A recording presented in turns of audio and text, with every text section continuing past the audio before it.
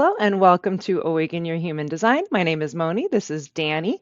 And today we are going to be exploring the Rave Mandala in human design. When you see the body graph and you see the circle around it that's really pretty but kind of scary and confusing, we're going to break that down so it's a little easier to understand. A little less scary, a little less confusing. It's actually quite a transfer system they got going there.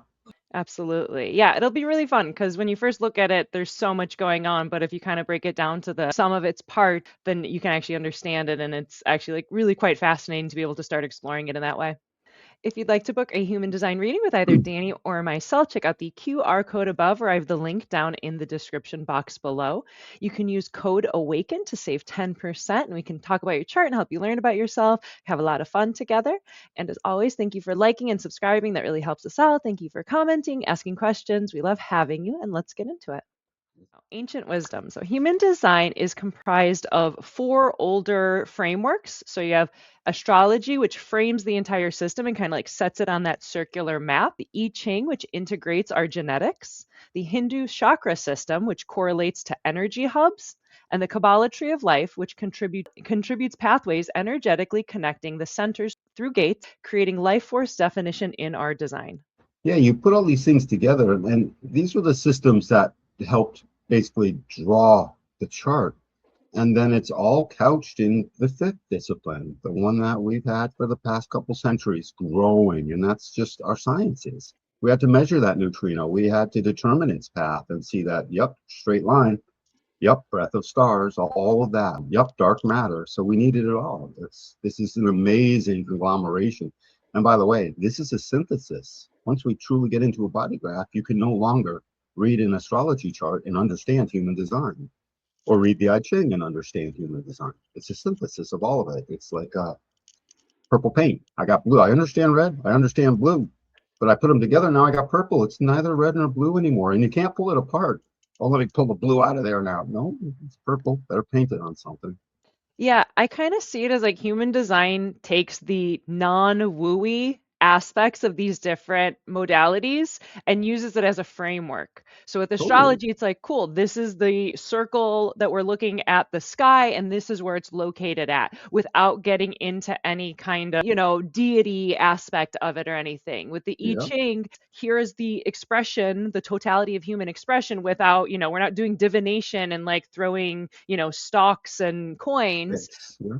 but actually taking the basic framework of like, hey, they were onto something without making it, we're going to tell the future. Same thing with the chakra systems. It's like they're the energy hubs, which without getting into divine deity aspect of it, but like, hey, there's energy hubs that are correlating and transmuting and moving energy around. And then the Kabbalah Tree of Life of like, hey, this is how it interconnects in this circuitry manner. So I really like that it takes the base framework of like, hey, these people who figure this out were onto something, and puts it together Totally. in a new way that really works for like our modern experience. I mean, and that's the thing. They really were onto something, Lonnie. These guys were not clowns just making up woo-woo stuff to control their masses, although they did make up woo-woo stuff to control their masses. They really did. But it was after the fact. Those true downloads and the science, when the science finally came in, we needed that. If you look at how the hexagrams are all laid out, they're according to our genetic base pair. There's only 4. And if you notice, each quarter starts and it just stacks up the same exact way. And then you get to the next quarter, it stacks up the same way as the one before it. And so we needed our genetic knowledge to finish it off, or else the wheel itself wouldn't have necessarily known fully how to set up. Yeah, it really is like a system of our modern times and need. And it's empirical. Don't believe us. See for yourself. I'll read for you. Moni will read for you. We'll get into the deeper mechanics of what's you. And you'll be there like, oh my God, that's me. And I'll be asking you, yeah, how could I possibly know that? I don't know you. And Yeah. then you'll see for yourself. You experiment, and then your strategy and authority interfaces you with the genetic chemistry that this points out what it's doing. It's incredible. Never seen anything like it.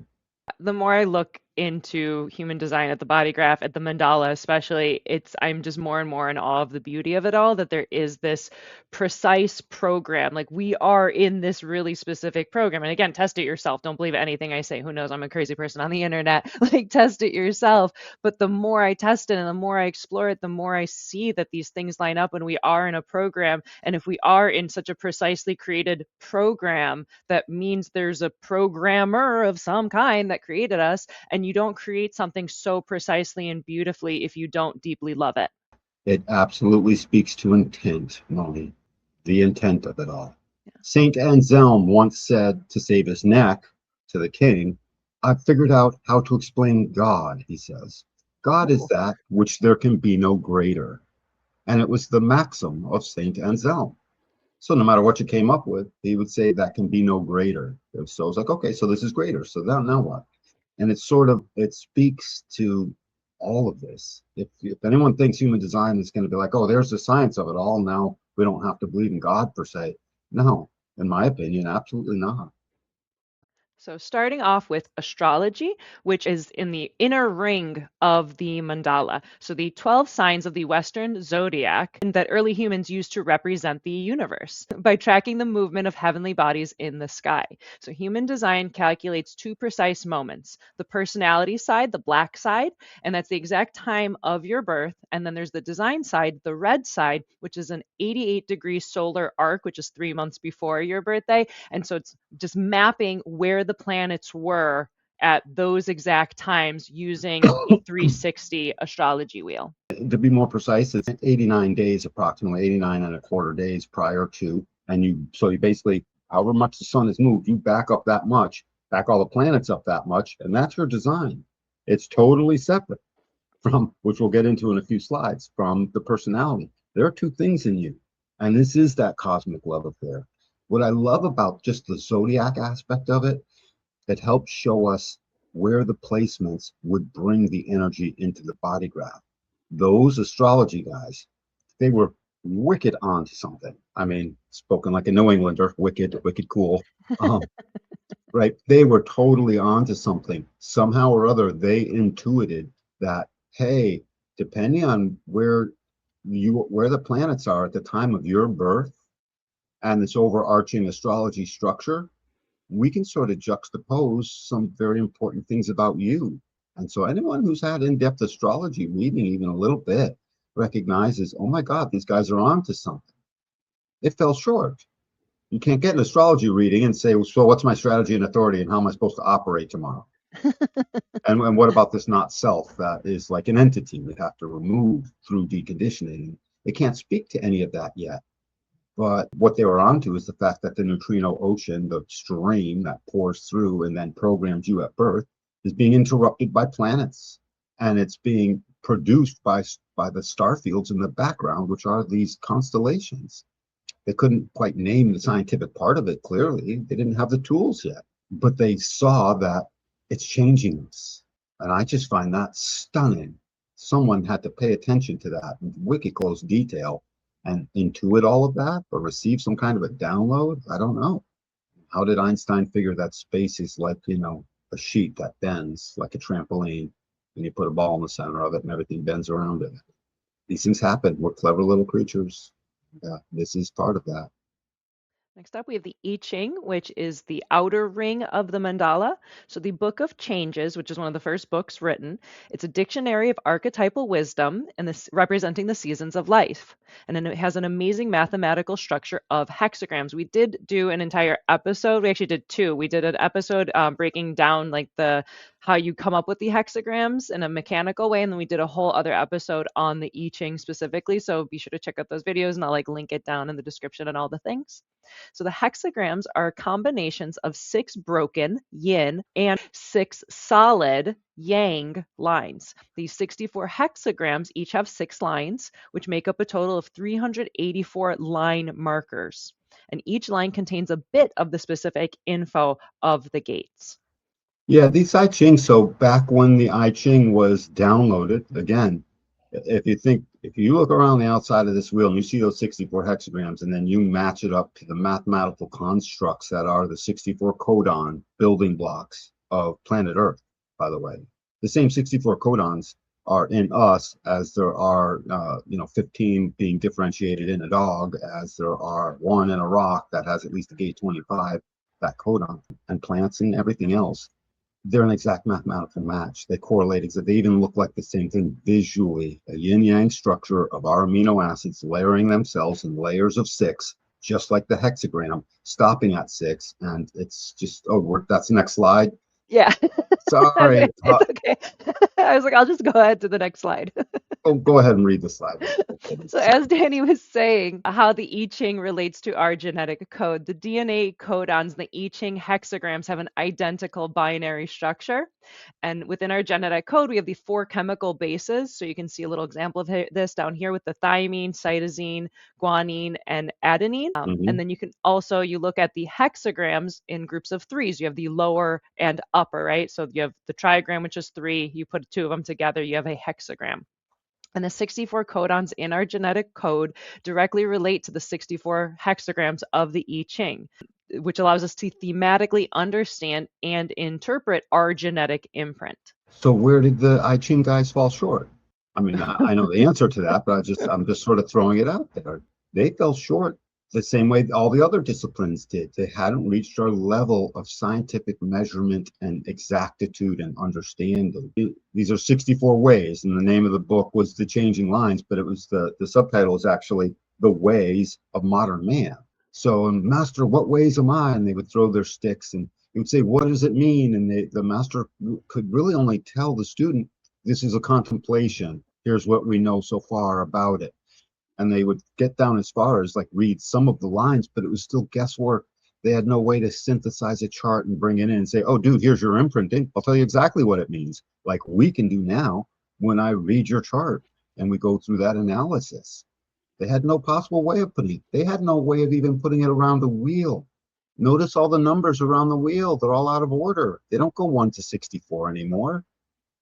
They move according to the base pair and then the configurations of how our codons stack amino acids to make the genetic material that is us. Yeah, it's really exciting. You can even look up, I have one here, just a printout, but you can look up amino acid codon wheel. It's just a printout, so sorry it's not a pretty graphic. But if you look up this amino acid codon wheel and you break it all up, it directly correlates to our 64 hexagrams. And you can break it down. So here at the bottom where I have these graphics, you could break down the pairs of the yin yang into binary code. So you have the double yin, which is old yin, which is 0, 0, young yin, which is the yin over the yang, which is 0 over 1, young yang, which is the yang over the yin, which is the 1, 0, and the old yang, which is the double yang, 1, 1. And so if you just correlate these out, the old yin, double yin is thiamine, which connects with the adenine, T and A, adenine being the double yang at the bottom, and the cytosine and guanine go together. So the 0 and the 1s link up in this way. And then if you were to take, for example, we have hexagram 51 here, which is thunder. It's thunder over and under. The trigram is both thunder on the top and the bottom. If you break this down into the binary code, the double yin 0, 0, yang over yin 1 over 0, and the yin over the yang 0 over 1, you have thymine, guanine, and cytosine, which makes up the amino acid of arginine. So this is literally how you can incorporate all this information into our actual genetic chemical makeup. So when Danny says this is a science, it's like, this is a science. You can explore it, you can test it. And again, it's just kind of mind-blowing when you really start to understand how deep it goes. And like it feels like we're not supposed to know this information. Like I feel like I'm peering into like the secret restricted section in the library and I'm gonna get in trouble is what I feel like when we actually get into all of this. Sometimes it does feel like that, and then notice it stacks up a pretty little hexagram, 1 through 6, 6 lines in a yin-yang format, exactly identical. In fact, you look at the 2 codons as they stack to create a gene, one amino, the 6 aminos creating a gene for the chromosome. You'll see that it looks like this, except that because it's biological material, the lines are a little bit squiggly. And usually we represent them with a straight printed line. That's the only real difference, is the lines are, digital, but the analog is truly the thing. Another cool thing to notice is we've been copying ourselves this whole time, because as above, so below, as within, so without, our computer code is based on a binary of 0 and 1. And that takes us right through to even quantum computing. Why not trinary? I mean, what if I'm from Texas and bigger and more is better? Why not trinary? I mean, each codon stacks three of these aminos. Two codons must come together at very minimum. Why not three? Why not four? Why not quadrary for a computer language? Nope, nope, doesn't work. Again, even our computers copy us, so it should be no great big surprise. I wonder if the first computer coders really put that together with our genome. I bet they did pretty quick because the science was out at that time. We were seeing it. Watson and Crick broke the code in 1957. They won the Nobel Prize for breaking our genetic code, and it's all been, it's all been discovery from there. So I bet you the computer guys, some of them did know and realize, hey, this is copying that. That's so cool. Yeah, What to and do then with like that other than be excited, what to do with it, except keep on going. yeah, it speaks to the foundational building blocks of the universe and like laws of nature kind of stuff that of course this relates to our genetics, and then it also relates to the hexagrams and everything. Like it all kind of builds on itself. Yeah, I Ching, Ra always said I Ching was the most sort of exciting thing as this knowledge came out. I Ching and its matchup with genetic science. Those two things were the things that turned them on the most as it relates to, oh my God, how did they do Same. that 5,400 or at least 5,000 years ago? Draw a picture of our genetic code. How'd they do that? Oops, it was an accident. Just fell into it.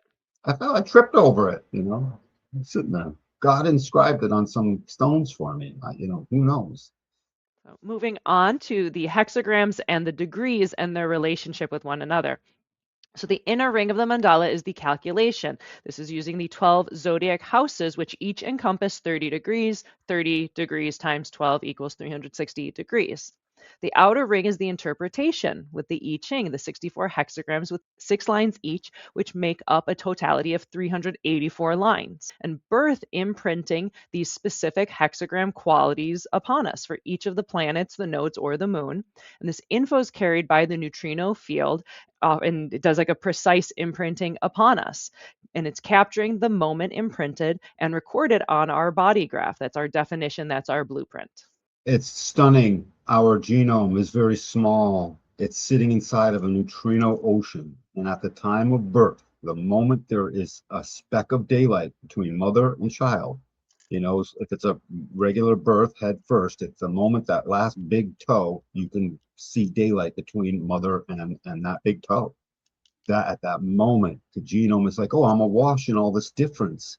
Mars makes it different over there. Jupiter makes it different over there. And the moon makes it different over here. Imprint that. They accept an imprinting. And at the time of our birth, what that translates to easily understand is we're minted like a coin. Get a wooden nickel from 1965, my year of birth. Not wooden, never mind. Get a regular nickel, from, Don't be giving or me even a any wooden. wooden nickels. That's too funny. Actually, give me a wooden nickel now. It's probably worth 50 grand, a real one. But just a minted nickel from my year of birth, 1965. That thing looks identical right now as it did then. Is the thing. We keep that just like a coin is minted. It's that way its whole life, and as are we. It's stunning how the planets interrupt the neutrino stream. The neutrino stream is slightly altered with that planet signature, so to speak. And then the genome says, oh, that signature imprints back upon me now. I now bring this difference into my behavior and my way, and that difference will bubble up to the surface to be how that being lives out their life. We are all different. And human design is the science of differentiation. And this shows us how we're all struck and minted different from the next guy. We're all snowflakes. I mean, really? Next up, we have the Hindu chakras turning into the 7 centers. So in 1781, humans went through an evolutionary progression where the 7 chakras shifted into the 9 centers. And this was a complex internal reorganization of the form, not simply an addition of 2 centers. And each of these 9 centers are energy hubs with a distinct biological correlation. Yeah, they correlate to the organs in our body.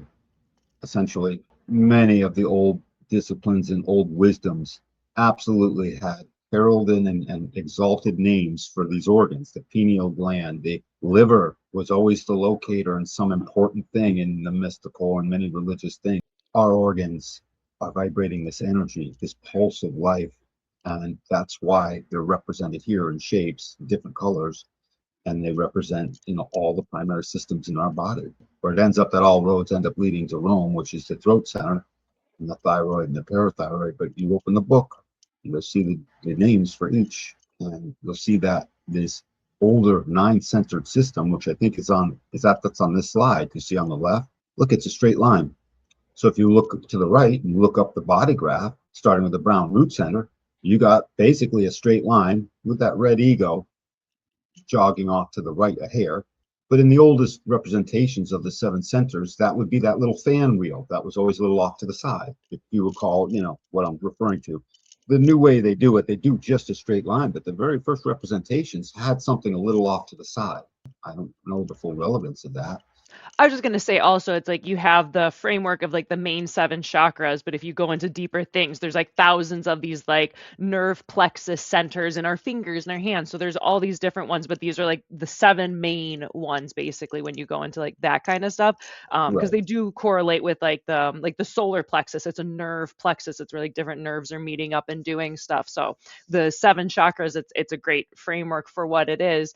But if you go into other ones, then there's like 13, there's 20, there's 50, there's 1,000, whatever, because you have all these different areas, these like vortexy areas, but like those are like the main players. The main players that capture the numbers of the hexagrams, which are the genetic structures, and then cement them in place so that we can be minted like a coin at birth, essentially. Notice something here. So when the shift took place, I don't know what the combination of the G center and the ego was. I'm Hmm. not sure what that was called, but I I know think it that was the split. heart. Okay, the heart. Well, Yeah, that the was with heart the heart. center split off from the identity and left the identity in the liver to be its own thing. So now we have an identity that locates us and moves us in a geometry, and it proves to each person that we love ourselves or not. Sometimes you forget that you love yourself, and that's when the not self is in charge. Basically, it took the willpower and the ego bluster that we need as our tribes and pulled it apart and said, no, no, you stand alone now, and you're a motor. And the identity is pristine in its 8 gates that mark equal distances around the wheel. A very important part.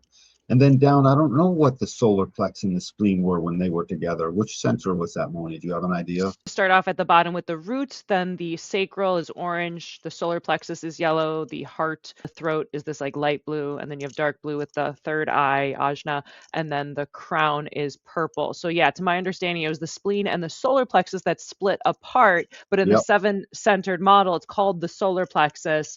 But the spleen is the oldest awareness. So again, it's not just like we're adding two or they split, and it's really it's a complex evolution and reorganization. So I wish we had more information of like how did they connect in the seven centers? What Yeah. channels existed then? Like to my knowledge, we don't have access If, to that. I dream of yeah. that though. Me too. If anyone knows in the deeper knowledge, I Yeah. can't profess to have listened to every last word ever said by Ra Ulu. I've gotten to as many of them as I can over all this time. I don't know what a body graph actually looks like for a seven-centered being. I don't know if Ra ever produced it. So Yeah. when we want to go back and say, what was Napoleon like? Well, Napoleon was born prior to 1781. So we don't really know. So it's only births after 1781. But anyway, so the spleen and the solar plex said, nope, time for you guys to be separate. And it was at that moment that the solar plex emotional awareness of the planet woke up and started getting worked on. At first, obviously, the emotions made us all wild and crazy, because we didn't know what that wave meant. And we still don't, but we're starting to get the hang of it. And when this emotional intelligence smooths out, it becomes our third, newest, full on awareness.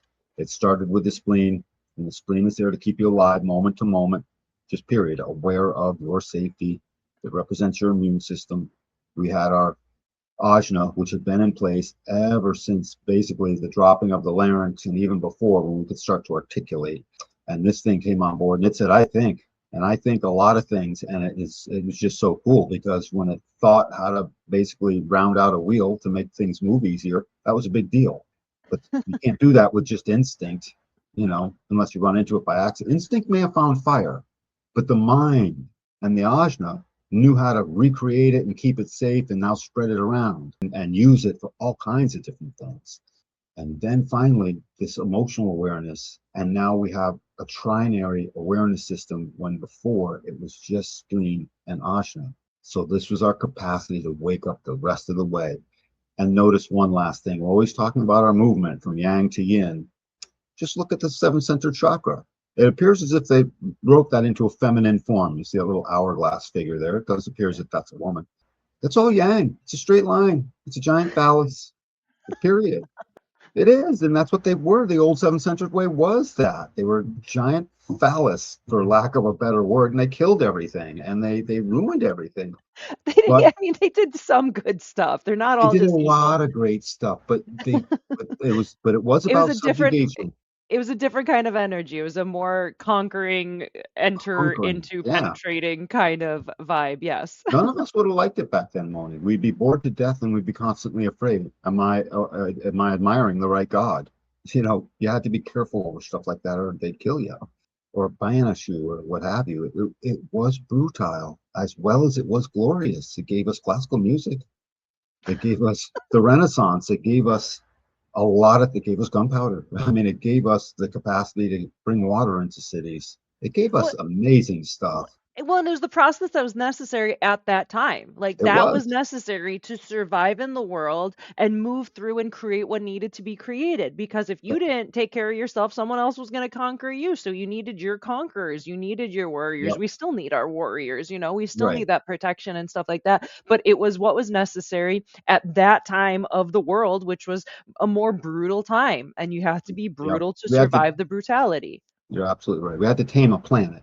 You know what I mean? That was not necessarily friendly to us or anybody. Yeah.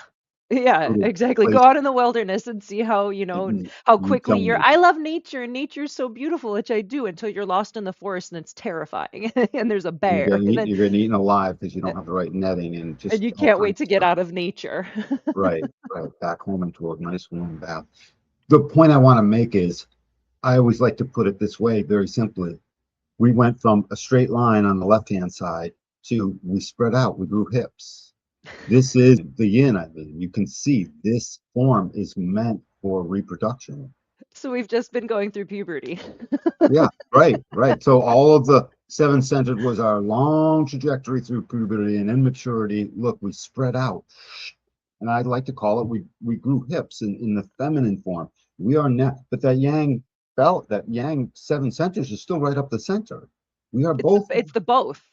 It's the both, and the yin and the yang in this age are going to get together.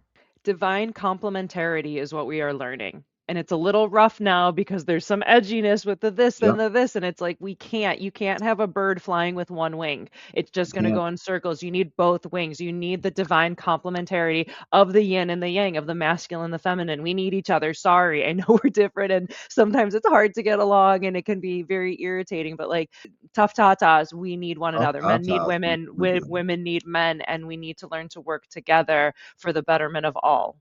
And recognize that, yeah, we're different. Yeah, It's the very. phoenix can't rise, and that's the cross we're moving into. She can't fly on one wing, like Moni says. The yin and the yang are coming together, and I like that divine complementary. Complementarity. Yeah, it's great. It's a great way to put that. I find it very divine, and it's also just straight up practical. It's straight up practical. So that's what you're looking at here. These chakra centers we expanded.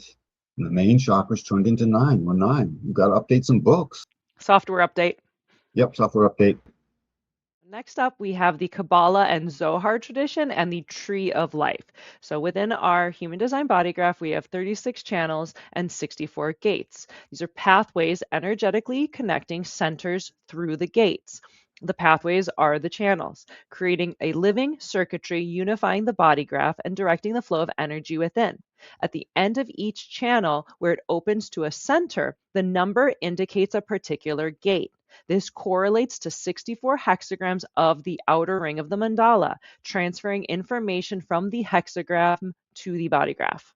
And it's this transfer system that is the wheel itself. You've got the I Ching on the outside, you've got astrology zodiac wheel on the inside, and it's no different than that's A and B. Now you solve for C. And basically, as soon as it comes in, it turns into representation in the body graph.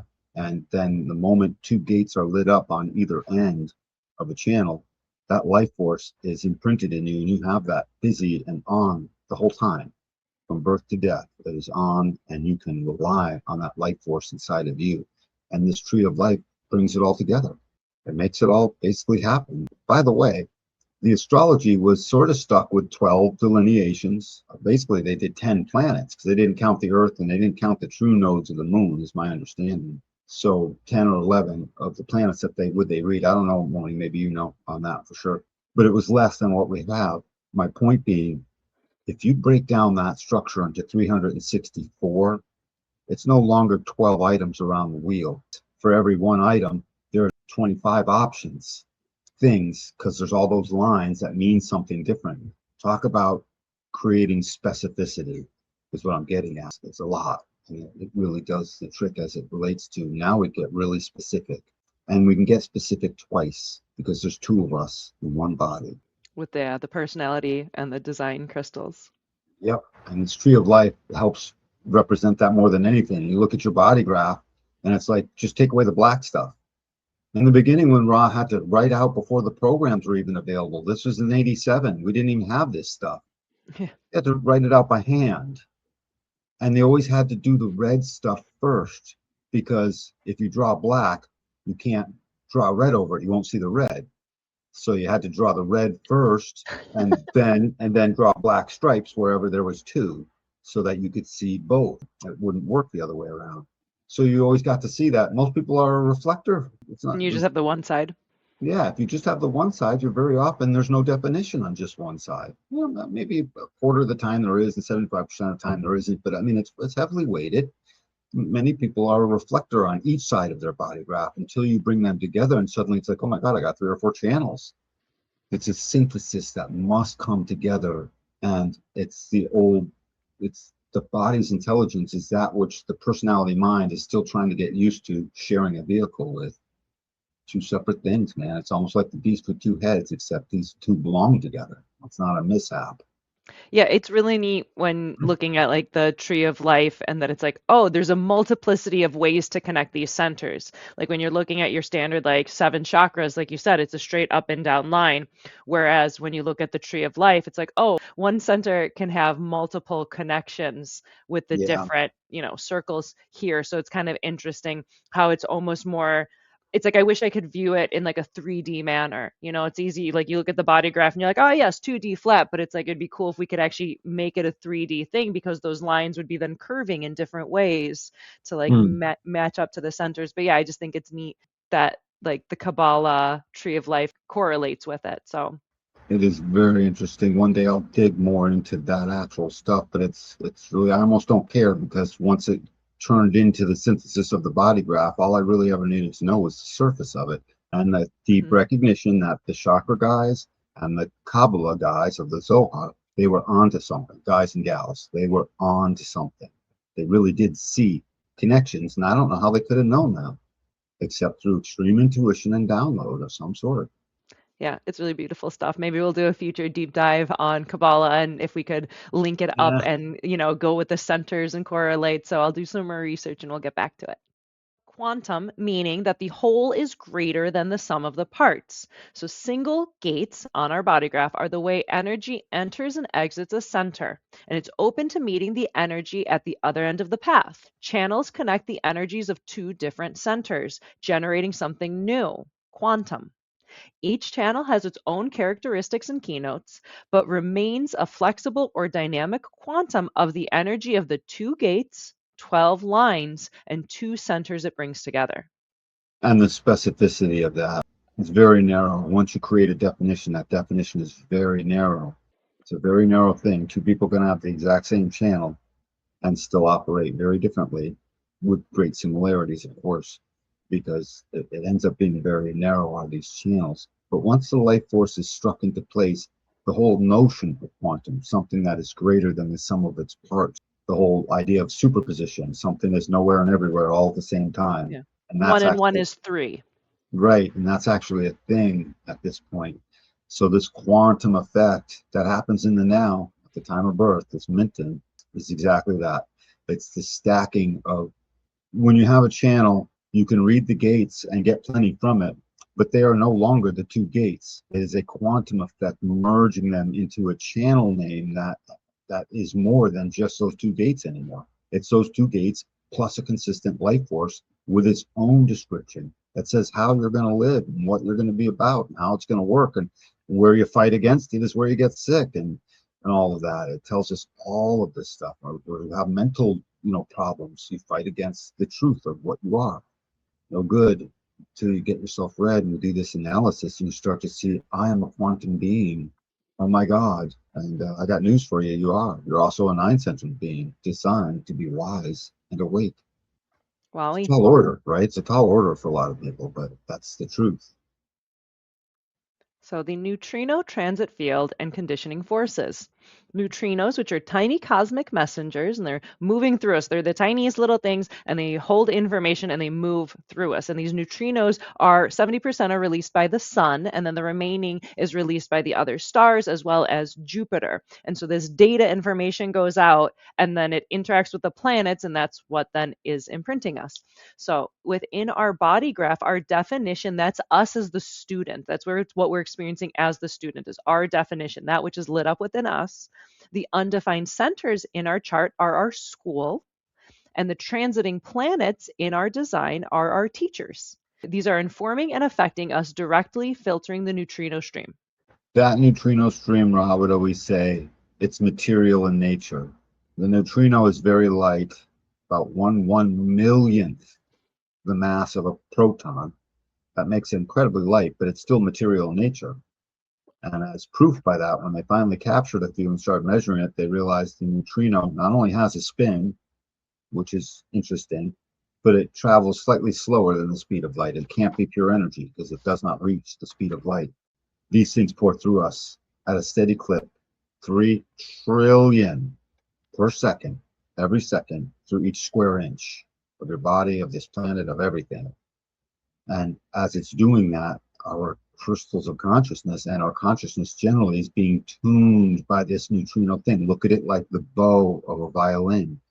And that bow runs itself across the string, which will be one of these crystals of consciousness, and it creates a steady tone. And it creates the music that then becomes us. This movement and this definition that gets created, that student, you are the gates that are in your body graph, most especially the centers and the channels created. But you're also all the gates, everything. If there's an aspect lit up in your body graph, that's you. And then this whole going to school, it is the open centers. It's the openness generally. And it's not just, we stick mostly with the open centers because that's where you get the biggest push as it relates to the information becoming digestible. But the truth of the matter is, folks, look at your body graph. Count the number of activations you have, the gates you have on your body graph. Everyone's got, 18 to 20 or 21 on the high side, 18 on the averages side. Well, there's 64 total. What about the other 44? They're also open as well. We are mostly receptive. By far, we're designed to receive the program above, the conditioning of the other, while the student knowingly remains themselves. And they get to choose what consciousness is best for them in the other by how they're being affected by how they condition them. If you're not awake to your nature, you don't condition things very well. People want to move away from you. You're always in some kind of gamble in your life and some kind of problem and mayhem. And as you get awake to your nature, you even can see as far as how the planets, they move, they are the program. And you can absolutely call that the way in which we get taught because we're constantly moving in it. The neutrino ocean does the heavy lifting, and science only ever talks about the neutrino in as much as, oh yeah, it comes out of stars, it has 3 separate positions, they seem to spin, we got a couple different names, they seem to come in different forms a little bit, but they're all essentially doing the same thing.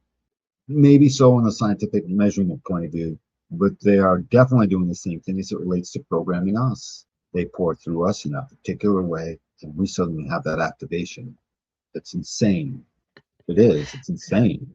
Yeah, it's a really crazy thing that when you're just looking at it, you're like, this is nerdy and complex, and like a lot of people can just kind of pass by it. But when you actually get through it, it's like, this is wild stuff. It's this super wild, crazy stuff. And it takes a little bit to grasp and kind of learn the language of human design to really be able to get into it. But it's really mind blowing, phenomenal stuff that the more I look at a body graph, the more beautiful it becomes, the more I feel a divine connection. Because again, if we are so precisely programmed, which we clearly are, like it's so detailed, then there's obviously a programmer who created us, and it's so intricate. You don't create something intricate that you don't care about. So whatever it is that created us, the creator, the universe, God, whatever, the thing that's bigger than us, the laws of nature and gravity and all these forces, whatever it is that made that, it cares enough about us to make us so intricate. And that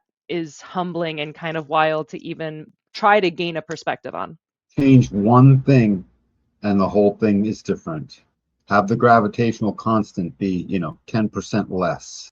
We couldn't exist. We would be totally different. We wouldn't even be here, most likely. Yeah.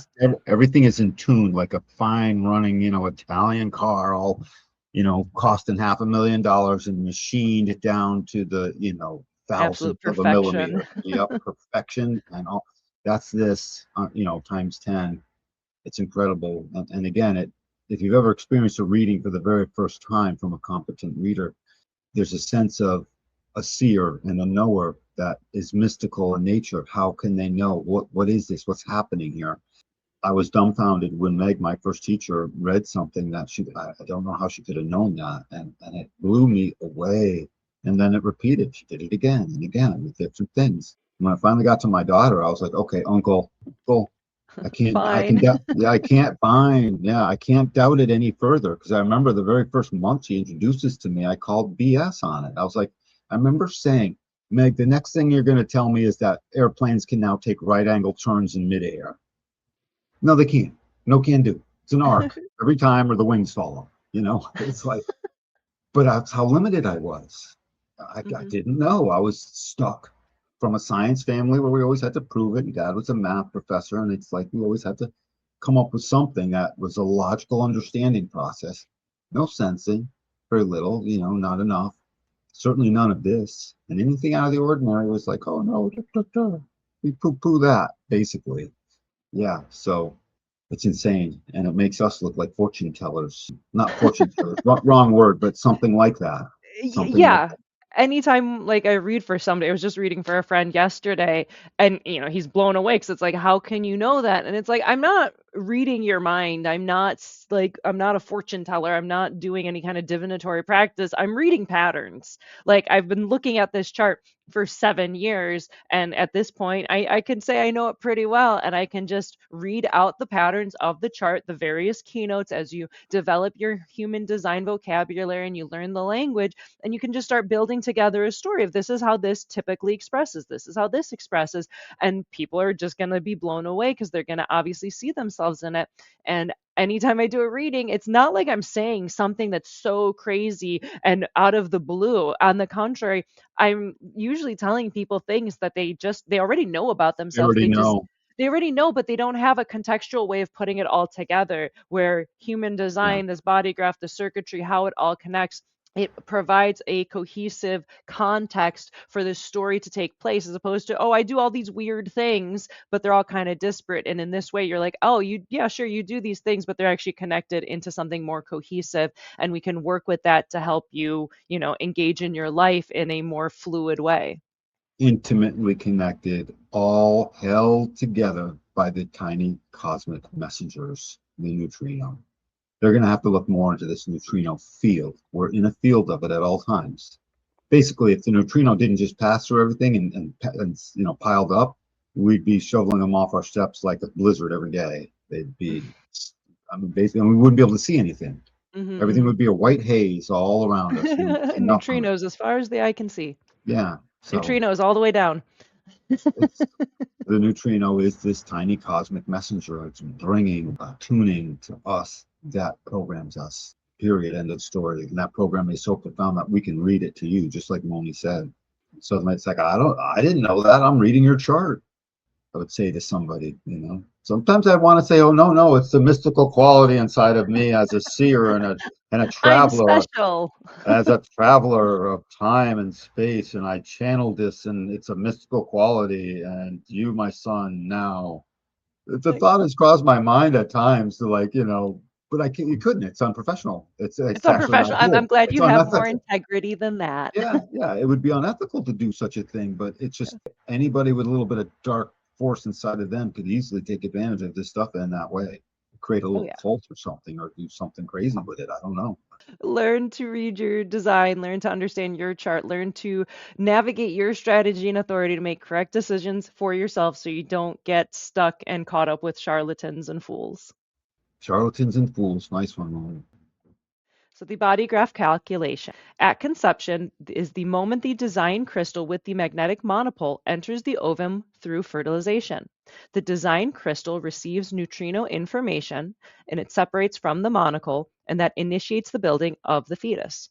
At the end of the second trimester, the neocortex is fully formed and the magnetic monopole sends a signal bringing the personality crystal, the soul or the psyche, into the body. Birth, which is about 3 months later, is when the personality receives the neutrino imprint.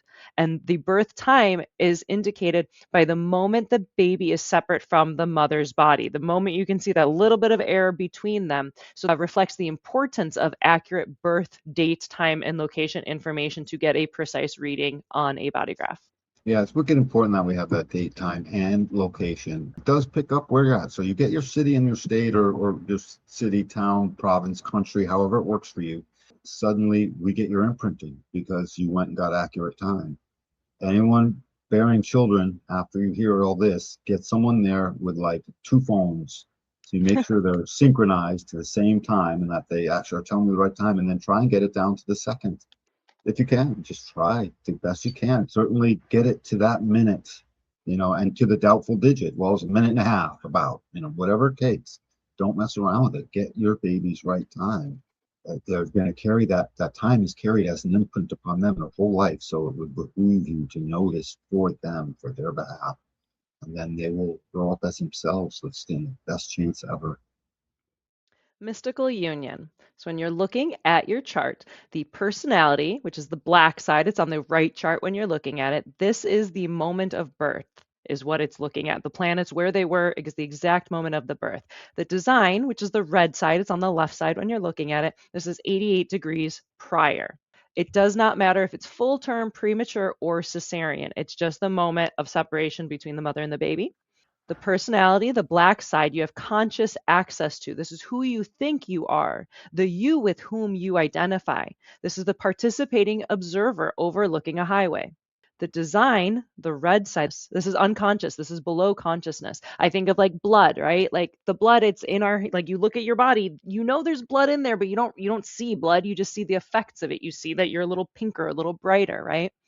And this is how we are genetically programmed to move through space, the genetic inheritance and our bloodline. We cannot consciously access it as it's looking at a tunnel that's like underground. And the issues as the personality trying to manage rather than just enjoy its life as a passenger. It has a hard time being that passenger in the back seat. It really does, because it thinks it's in charge.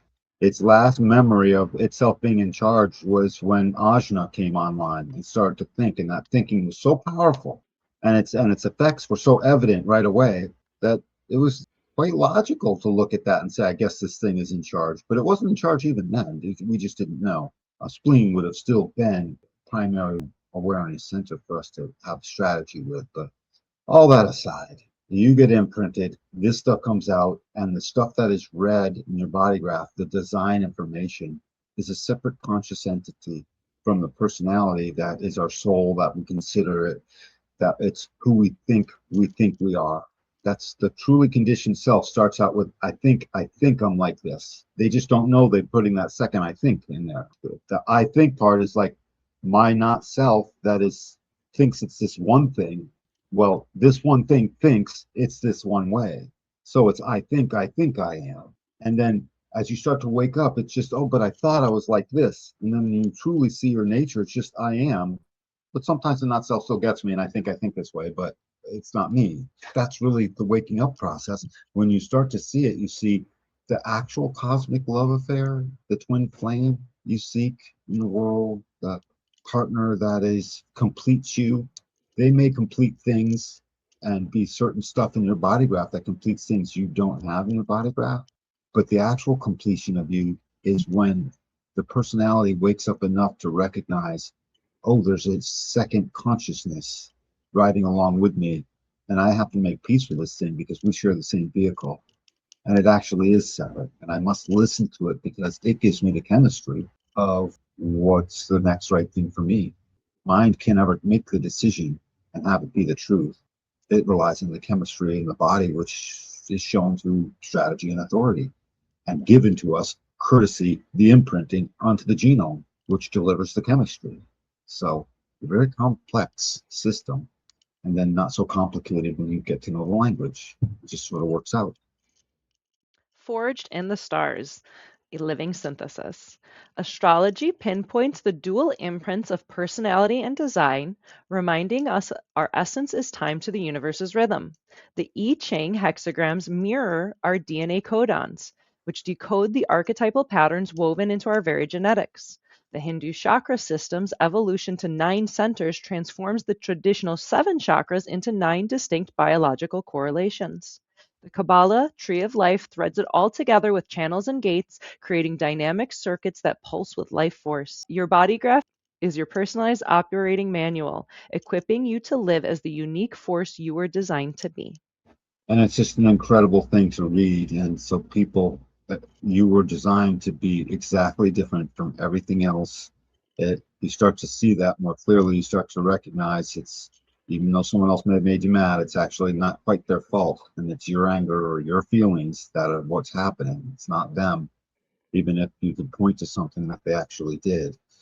These are things that are hard to understand at first. But the biggest, most important thing to just recognize is that as you see these biological correlations and how they thread through our lives, they give us each channel as a life force. We need that life force. It becomes literally who we are. And even the hexagrams that mirror each other, and that then turns into these chakra centers, and that then mushrooms out to this tree of life into a 9-centered thing. The tree of life couldn't have looked quite the same in the 7th chakra. But then when we expanded out, suddenly we were able to juxtapose lines here and lines there, channels here and there. And we really just start to realize that we are these 2 separate things put together into one in this illusion of our separateness from the other. We're not. We're all quite one inside of all this, but in the material world, it's hard to see that. And then you just take all of that and recognize that this living synthesis guarantees that we live out the 9-centered way. Think about the things that changed in 1781. The literature changed. We spoke more of how love is supposed to work, and we lamented it because we didn't have it yet at first. We still don't have it in plenty of ways. We got warmer. We were not the same average of close to 99 degrees, 98.6 on average. We were a little bit warmer than we were. We grew taller, like right away, quickly. We look at an old boat, old Ironsides. I went and visited it on a school field trip. And the sleeping cabins were for 5-foot tall men, 5.5-foot tall men. I could never fit in one of them. It's so obvious that other things changed. Well, something else changed. We had a genetic imperative that was overarching to all of humanity, along with a few other things, but this is one of them, to cooperate. So we were cooperating fools. We cooperated like no other. Just watch a ship that made it across the Atlantic Ocean, for God's sakes, a wooden boat where they're like navigating by the stars. Not only is that bravery and stuff, but it's crazy. It's like Evel Knievel crazy, dude. Are you insured for that? Does your mom say that's okay? It's like, that's crazy, but they did it, and they could, because they just cooperated through survival and made it to the shores. Our programming has changed. We keep the cooperation. That's clear. We still have to cooperate. But now in the 9-centered being, the demand, and this is where the sadness on planet Earth comes from, so much of it, when we recognize we're not doing it, the genetic imperative now is to commune with you and guarantee the safety of their individuated, unique, dynamic, differentiated self, as they will do for us, even though we don't like each other and don't even want to cooperate with the other very much. We still must commune in as much as to allow the other to be. And that's what's being seen. This country is built on that. That rugged individualism is going to show up here.